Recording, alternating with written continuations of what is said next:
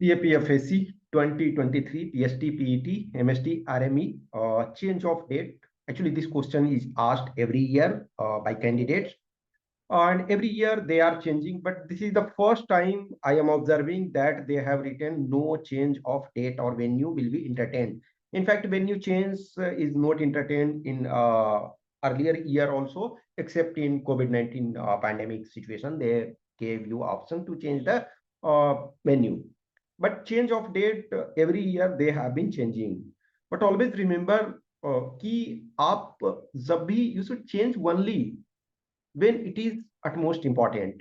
जब भी आपका एकदम जरूरी हो तभी चेंज कराओ। आप अपने पॉइंट ऑफ व्यू से देखो और अदर एंगल से भी देखो।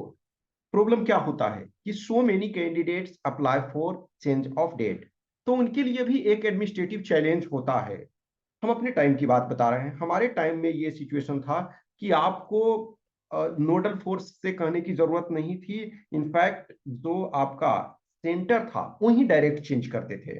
लेकिन आज के डेट में वो सिचुएशन नहीं है। आपको जो नोडल फोर्स है वो वहां आपको प्रॉपर चेंज करने के लिए, लेकिन इस बार देखो उन्होंने ये आपको कह दिया है कि no change will be entertained। तो ये लिखा हुआ it is inform that no request for centre change और date change will be entertained। But आप जिनको जेन्यून प्रॉब्लम है, ये ऑलरेडी देखो ये आपका राइट नहीं है। ये लिखने से इनके लिए एक फायदा हो गया कि अब ये आपके पास राइट एक तरह से नहीं है कि हम चेंज कराएंगे।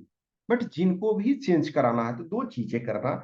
एक तो ये जो commanded recruitment at the rate ITBP.gov.in, ये इस पे आपको मेल करना है। और प्लस जो ये नंबर है, ये इसमें से आपको कॉल भी कर लेना चाहिए। अब जैसे बहुत कैंडिडेट्स हैं जिनके जेन्यून प्रॉब्लम होते हैं। Genuine problem in the sense कि सेम डे किसी का सपोज करो कि एग्जाम है, मान के चलो कि इसका आपका 2 to 3 डेज का विंडो है। एक्सेप्शन केस में आपका 2 to 4 डेज, तो 2 डेज तो मिनिमम लगेगा। कभी कभी 4 डेज भी, क्योंकि RME यदि मिल गया कुछ और ये इश्यूज है तो अदरवाइज 2 to 3 डेज। अब उस डेट पे एग्जाम जैसे होता है, हमारे संयोग से दोनों टाइम सब 2012 और 2013 दोनों टाइम में जब गया तो हमारा एग्जाम था। तो वन टाइम तो मैंने मैनेज कर लिया। एक बार मैंने छोड़ दिया था एग्जाम की, ठीक है एग्जाम बाद में दे दूंगा। लेकिन वन टाइम चूंकि वो फाइनल ईयर का था तो मैंने रिक्वेस्ट करके ये किया, अपना जाकर के एग्जाम दिया उस ढंग से। तो आइदर उस डे एग्जाम है या किसी का SSB है, तो उस केस में या किसी का इंजूरी हो गया हो, ठीक है, तो किसी को इंजुरी हो गया, आप उसमें से देखो इंजुरी वाले में क्या होता है, पोस्टपोन ही कर सकते हो। प्रीपोन तो इंजुरी में नहीं कर सकते हो, तो पोस्टपोन ही कर सकते हो।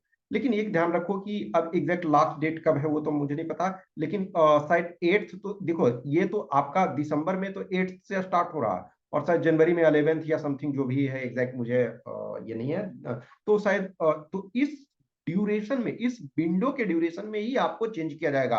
अब ऐसा नहीं है कि आप बोलोगे कि डॉक्टर ने मुझे 3 मंथ्स का रेस्ट दिया है तो वो हमें 3 मंथ्स बाद ऑप्शन दिया जाए फिजिकल मेडिकल पर। नो, वो मेडिकल में सिर्फ फीमेल कैंडिडेट को एक्सेप्शनल में दिया जाता है कि सपोज किसी का प्रेगनेंसी का इश्यूज है तो पहले जैसे देखोगे कि ये प्रेगनेंसी इज आउटराइटली रिजेक्ट कर दिए जाते थे, लेकिन अब है उसको उस केस में ये दिया जाता है कि ठीक है उनका मेडिकल जो उस केस का मेडिकल इश्यूज है वो बाद में चेक किया जाएगा।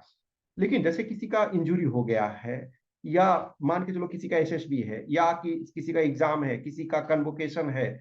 अब ये नहीं बोलोगे कि मौसी की बेटी की शादी है या फिर फ्रेंड का एंगेजमेंट है। आप ये सब एक्सक्यूजेज नहीं, जो जेन्यून है उसको। लेकिन कोशिश ये है करना है कि आपको उसके साथ प्रूफ, अब मान के चलो कि आपका एग्जाम है तो एग्जाम का हॉल टिकट जो है, आपका एडमिट कार्ड है, उसकी कॉपी को आप सबमिट करो, तो आपका जो होता है कि वो जेन्यून। या मेडिकल इश्यूज हुए तो उसके केस में आपको अप्लाई कर दो। एक फीमेल के केस में ये होता है कि पीरियड्स वगैरह के प्रॉब्लम होते हैं, तो वैसे केस में भी उस ड्यूरेशन में पड़ता है तो आप ये रिक्वेस्ट डाल सकते हो। कुछ लोग हैं कि उस चीज को मैनेज कर लेते हैं, तो मैनेज जैसा भी आपको लगता है।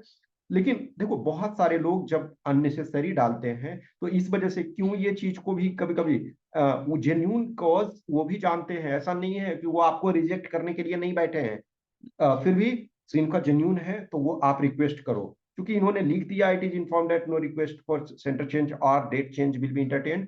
तो ये आपका राइट नहीं रह गया है। आप रिक्वेस्ट कर सकते हो, रिक्वेस्ट में किया जाता है, चेंज किया जाता है, जेन्यून वाले किसी के भी प्रॉब्लम होते हैं तो वो एंटरटेन किया जाता है। तो उसमें से आपको यहाँ मेल भी कर देना है, और आप मेल का जैसे 1-2 दिन में जब आप, चूंकि अभी टाइम है, मान के चलो जिनका अर्ली है, सपोज फर्स्ट डे है, सेकेंड डे है, उनके पास तो कम टाइम, जिनका बाद में थोड़ा सा है तो उनको थोड़ा सा टाइम मिल जाता है, एक्स्ट्रा मिल जाता है। तो आइदर 1-2 दिन आप मेल का इंतजार कर लो, और नहीं है तो आप ये दिए हुए नंबर पे भी आप ऑफिस टाइम में जो 9:30 से लेकर के 6 PM तक का दिया हुआ है, तो उसमें आप ये वर्क कर, ये कॉल कर लो, ताकि चीजें और बेटर क्लियर हो जाए, और जेन्यून रीजंस हो तभी आप उसको चेंज करो। कुछ क्वेश्चन क्यूरी डाउट्स होता है तो आप हमें इस व्हाट्सएप नंबर 8527146498 या टेलीग्राम नंबर 7404909669 पे मैसेज कर सकते हो, किसी भी चीज से संबंधित पर्सनल क्वेरी है तो। Okay, thank you.